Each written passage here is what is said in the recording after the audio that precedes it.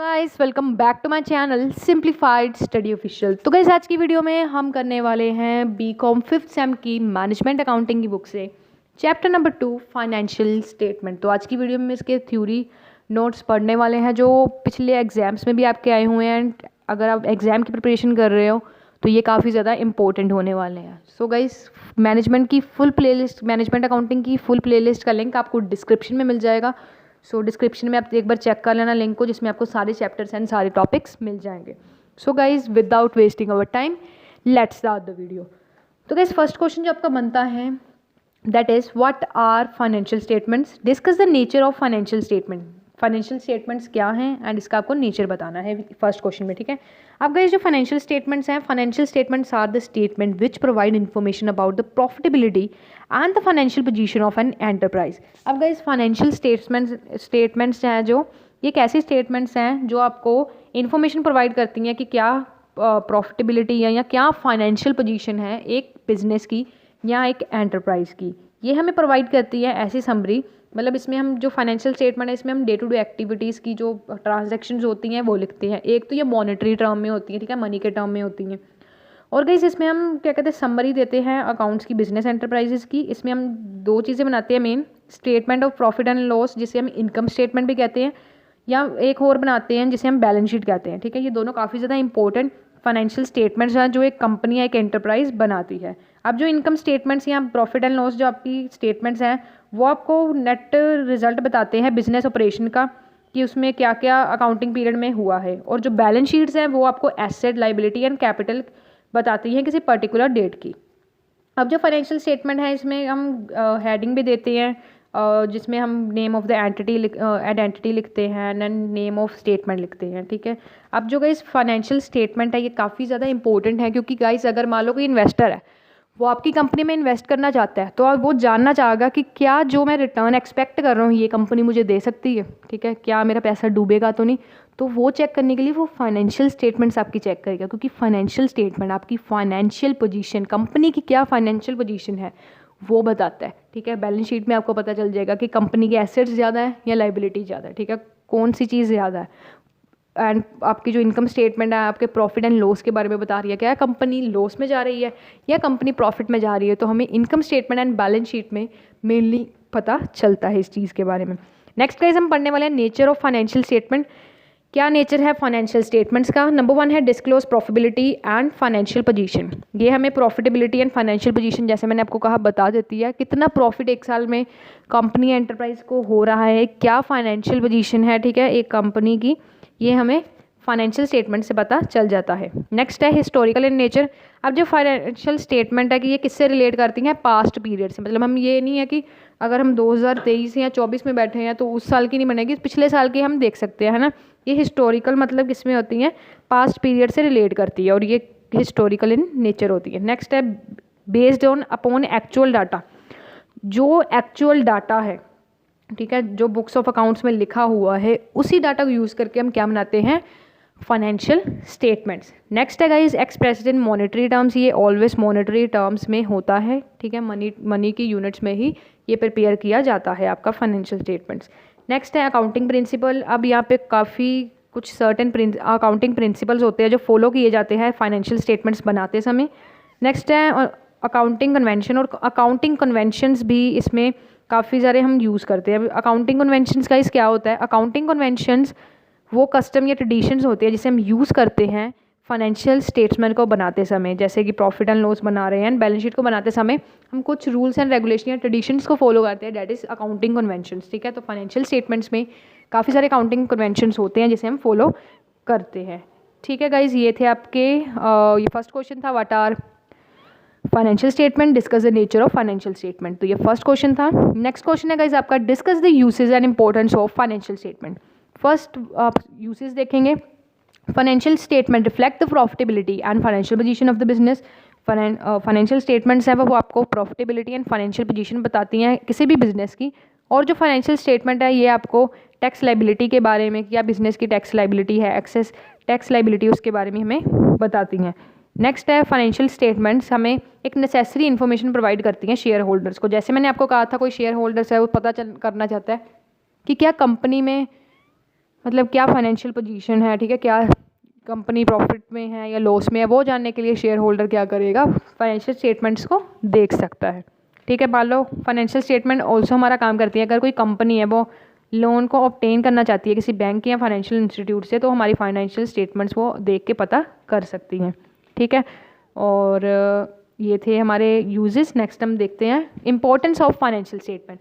Number 1 है share holder. अब share holders है, उनको हमेशा ये कंसर्न होता है कि उनकी जो इन्वेस्टमेंट है वो सेफली रहे। ठीक है, वो देखना चाहते हैं कि कौन सी कंपनी के शेयर्स में वो इन्वेस्ट कर सकते हैं। ये जानने के लिए क्या उन्हें अच्छा रिटर्न आएगा कि या जो वो शेयर होल्डर्स है वो एक्सपेक्ट कर रहे हैं जो सा रिटर्न, क्या ये कंपनी उनको दे पाएगी।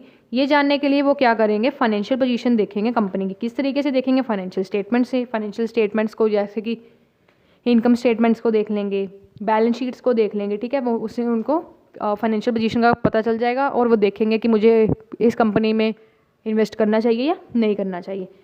नेक्स्ट है मैनेजमेंट। अब जो फाइनेंशियल पोजीशन है, जितना वो इम्पोर्टेंट शेयर होल्डर्स के लिए है उतना ही ये इम्पोर्टेंट मैनेजमेंट के लिए है, क्योंकि जो ये फाइनेंशियल स्टेटमेंट्स होती है ये ओवरऑल जो परफॉर्मेंस है बिजनेस की, इसे मेजर करने में हमारी हेल्प करती है। क्योंकि जो मैनेजमेंट है वो रिजल्ट्स चेक कर सकती है, क्या उनकी पॉलिसीज़ एंड डिसीजन चल रहे हैं। ठीक है, अगर प्रॉफिट आ रहा तो वेल एंड गुड, अगर लॉसेस आ रहे हैं तो क्या उन्हें कोई अपनी पॉलिसीज़ चेंज करनी चाहिए या नहीं करनी चाहिए, उनको फाइनेंशियल स्टेटमेंट से ही पता चलता है। नेक्स्ट है क्रेडिटर्स। क्रेडिटर्स वो है जो वो हमें गुड्स बेचते हैं, ठीक है, क्रेडिट पे। अब वो जानना चाहेंगे कि क्या ये जो बिज़नेस है, अगर हम उसको आज उधार दे रहे हैं, क्या वो दोबारा हमें रीपे कर सकता है या इनकी कैपेसिटी है हमें रीपे देने की। तो वो क्या करेंगे, फाइनेंशियल पोजीशंस देखेंगे, क्या इनकी एसेट्स इतने हैं, लाइबिलिटी से ज़्यादा है या नहीं है। ठीक है, या प्रॉफिट एंड लॉस देखेंगे कि क्या कंपनी प्रॉफिट अर्न कर भी रही है, कि कल हमें पैसा मिलेगा जो हम इनको दे रहे हैं। हम किसी से भी अगर पैसा उधार लेते हैं या देते हैं, हम यही देखते हैं कि क्या वो पर्सन मुझे पैसा रिटर्न कर पाएगा, है ना। तो इसीलिए फाइनेंशियल स्टेटमेंट्स में भी हम यही चेक करेंगे कि वो पर्सन हमें पैसा वापस दे पाएगा। क्रेडिटर्स यही चेक करने के लिए फाइनेंशियल स्टेटमेंट्स को देखेंगे। नेक्स्ट है इन्वेस्टर। अब जो इन्वेस्टर्स उन्हें अपने इन्वेस्टमेंट के लिए काफ़ी सेफ्टी देखनी होती है कि क्या उन्हें जो रिटर्न है वो अपनी इन्वेस्टमेंट पे चाहते हैं वो मिल पाएगा इस कंपनी से या नहीं मिल पाएगा। तो जो फाइनेंशियल स्टेटमेंट की इंपॉर्टेंस है वो यहाँ पे काफ़ी ज़्यादा इंपॉर्टेंट रोल प्ले करती है। बैंक्स एंड फाइनेंशियल इंस्टीट्यूट, अगर आप किसी बैंक एंड फाइनेंशियल इंस्टीट्यूट से लोन लेने जाओगे तो आपकी फाइनेंशियल स्टेटमेंट ज़रूर से चेक करेंगे, आपकी बैलेंस शीट चेक होगी, इनकम स्टेटमेंट यानी कि प्रॉफिट एंड लॉस चेक ज़रूर से होगा, क्योंकि वो देखेंगे कि क्या आपकी फाइनेंशियल पोजीशन है वो ठीक है आपको लोन देने के लिए। ठीक है, जैसे क्रेडिटर्स का था ये वैसे ही है। ठीक है, तो नेक्स्ट हम पढ़ने वाले हैं थर्ड क्वेश्चन, जो है discuss the limitation of financial statement के। क्या लिमिटेशंस है फाइनेंशियल स्टेटमेंट्स की। तो नंबर 1 है हिस्टोरिकल इन नेचर। जैसे मैंने आपको गाइस इसकी बताया था, नेचर में बताया था कि जो फाइनेंशियल स्टेटमेंट है ये हिस्टोरिकल इन नेचर है। अब ठीक है, पास्ट में जो है उसके ये बेस्ड है। अब फ्यूचर असर्टेन है, प्रेजेंट में कुछ भी हो सकता है ना, एवरीथिंग कैन बी हैपन, कुछ भी हो सकता है। तो हम हिस्टोरिकल इन नेचर होते हुए इन पे हम इतना भरोसा नहीं कर सकते। नेक्स्ट है ignore qualitative aspect. Financial statement सिर्फ फाइनेंशियल डाटा को लेती हैं और qualitative information like quality of product, efficiency of management, इससे क्या करती हैं, इग्नोर करती हैं। नेक्स्ट है स्कोप ऑफ मैनिपुलेशन। अब जो फाइनेंशियल स्टेटमेंट है कई बार ही अकॉर्डिंग टू मैनेजमेंट की विशेष के अकॉर्डिंग क्रिएट हो जाता है, मतलब मैनेजमेंट जैसा चाहता है वैसे ही वो बना देती है। कई बार ये मैनेजमेंट डिसऑनेस्ट काम करती है, मतलब कई बार ईमानदारी से काम नहीं करती है और कई बार गलत चीज़ें भी फाइनेंशियल स्टेटमेंट्स में दिखा देती हैं, जिससे जो शेयर होल्डर्स हो गए, क्रेडिटर्स हो गए या बैंक इंस्टीट्यूट हो गए, उनको भारी नुकसान उठाना पड़ता है। ठीक है, नेक्स्ट है guys window dressing. Window dressing मतलब ये कई बार मैनेजमेंट ना जानबूझ के अपने अकाउंट्स में एसेट्स को ज़्यादा दिखाएगी, लाइबिलिटी को कम दिखा देगी, ताकि वो मतलब लोगों को या जो उनके शेयर होल्डर्स हैं, ठीक है, इन्वेस्टर्स हैं, उन्हें ये दिखाने के लिए कि जो उनकी कंपनी है ना वो काफ़ी गुड कंडीशन में, एकदम अच्छी कंडीशन में, इसे कहते हैं विंडो ड्रेसिंग। ठीक है, नेक्स्ट है guys influence by personal judgement. जो फाइनेंशियल स्टेटमेंट है ये पर्सनल जजमेंट के थ्रू इन्फ्लुएंस होती हैं। पर्सनल जजमेंट जो है अकाउंटेंट का, वो कई बार डिसीजन ले लेते हैं कि क्या आपको डेप्रिसिएशन मेथड सेलेक्ट करना है। ठीक है, कई बार आप गलत चीज़ कर देते हो, मतलब depreciation method straight line method होगा, ठीक है, या रिटर्न डाउन मेथड होगा, क्या प्रोविजंस होंगे बैड डेब्ट्स एंड डाउटफुल डेब्ट से। नेक्स्ट है ignore the interest of other party. Financial statements हैं वो इसलिए प्रिपेयर किए जाते हैं ताकि जो आपका इंटरेस्ट है ओनर्स का, उन टेक केयर उनकी करने के लिए बनाए जाते हैं। बट कई बार ये इंटरेस्ट अदर पार्टीज़ का इग्नोर कर देती है, जैसे इन्वेस्टर्स का, ठीक है, शेयर होल्डर्स का, नेक्स्ट है not useful without proper analysis, मतलब अगर फाइनेंशियल स्टेटमेंट को हम प्रॉपरली एनालाइज नहीं करेंगे कि क्या ये जो हमारे फाइनेंशियल स्टेटमेंट्स हैं ये ठीक है, सही तरह से बने हैं, अगर नहीं इसे प्रॉपर एनालाइज किया जाएगा तो हमारे लिए यूज़फुल नहीं होगी, क्योंकि हो सकता है ये कई बारी मिसलीडिंग रिजल्ट्स हमें दे। नेक्स्ट है इग्नोरिंग प्राइस लेवल चेंज। कई बार गाइस फाइनेंशियल स्टेटमेंट हैं वो अच्छी तरीके से हमें रियल एंड करेक्ट पिक्चर नहीं बताती हैं एक फर्म की पोजीशन की, क्योंकि रीज़न ये है कि हम इसमें प्राइस लेवल चेंजेस को नहीं लेते हैं, ठीक है।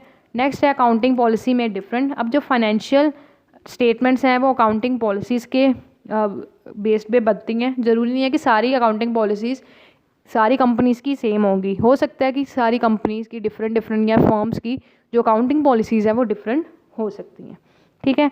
तो ये था आपका limitations of financial statement. Next fourth question करते हैं 2013 एंड 2019 में आपको आया हुआ है, what do you understand by financial statements, discuss the nature and limitation of financial statements, ठीक है। या फिर क्वेश्चन आपको आएगा what do you mean by financial statement, discuss the importance and limitation of financial statement. ये सारा जो मैं ये क्वेश्चन है ये आपको जितना भी मैंने अभी आगे करवाया है, ठीक है, लिमिटेशंस, नेचर, यूजेस, लिमिटेशंस कराए, नेचर्स कराए, इंपॉर्टेंस कराई, ये सारे आपको इस क्वेश्चन में लिख के आना, ठीक है। ये 15 मार्क्स का क्वेश्चन है, 2019 में भी गाइस ये क्वेश्चन आया हुआ है, तो इसे करके आपको ज़रूर से जाना है, ठीक है।